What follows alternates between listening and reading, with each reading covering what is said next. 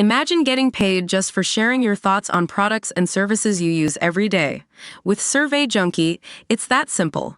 Click on the link in the video description to discover how you can start earning today by taking surveys. How old do you need to be to have a near-death experience? Old enough, you may imagine, to be able to construct a narrative in your mind, or to describe it in language. The evidence, however, suggests that children as young as 6 months can have lucid visions, and even remember them years later. Of course, no one can see into the mind of a baby. But consider a case documented in the medical journal Critical Care Medicine.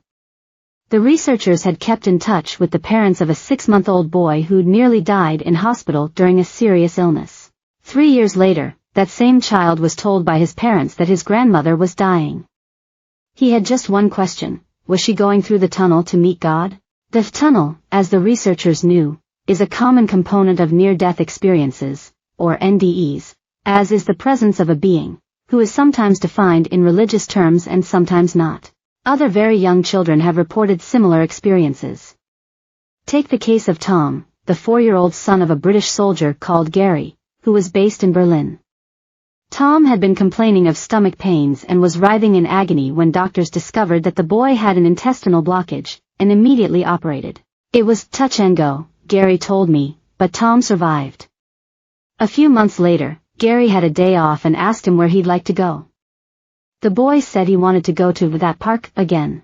When asked which park, he said, "The one through the tunnel that I went to when I was in the hospital." There was a park with lots of children and swings and things, with a white fence around it. I tried to climb over the fence, but this man stopped me and said that I wasn't to come yet, and he sent me back down the tunnel and I was back in the hospital again. Like those of adults, the NDEs of even very small children contain one or more of the usual components, such as the tunnel, a bright light, meeting dead relatives, out-of-body experiences, seeing a beautiful garden and coming to a barrier and being ordered to return to life. The most common component children report is a sense of overwhelming happiness. This leaves such a lasting impression that it can even have a negative effect on children who experience it. Dr. Phyllis Marie Atwater, a researcher who's collected hundreds of cases of childhood NDEs, says that some have tried to commit suicide afterwards in order to find their way back to their blissful visions. Such cases, however, are rare. Usually, children who experience NDEs report being given the option of returning to life and deciding to take it. The reason is often that the child doesn't want to upset its parents. As an intensive care nurse who has also done a PhD on near-death experiences, I've personally come across many such cases. If a child is a bit older, though, he may also say he felt the need to return to Earth in order to accomplish something in his life. This is what happened to Natasha, now aged 33, from Cardiff, who is deaf. At the age of 9, she'd had such a severe bout of whooping cough that the doctor had told her parents she was unlikely to survive the night. She was at home and fast asleep when she was woken by a bright light. The light was spilling into the room around the edge of the door and I could hear my name being called, even though I'm profoundly deaf, she recalled. I got up to see what the light was, and turned round to see myself still in the bed, asleep. But the voice kept calling me, so I opened the bedroom door and it was just this pure brilliant white light. I stepped into it and kept walking towards the voice.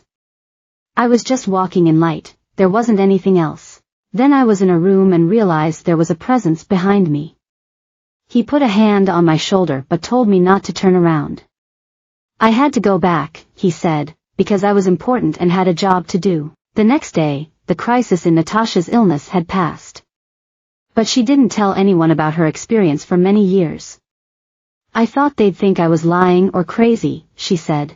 The NDE remained vivid in her mind, and although she's not religious, she says it's given her inner strength and self-belief, as though I'm here for a reason. Like Natasha, many children fail to tell their parents about an NDE. Often, however, it's because they assume the vision is something that happens to everyone. Only when they grow up do they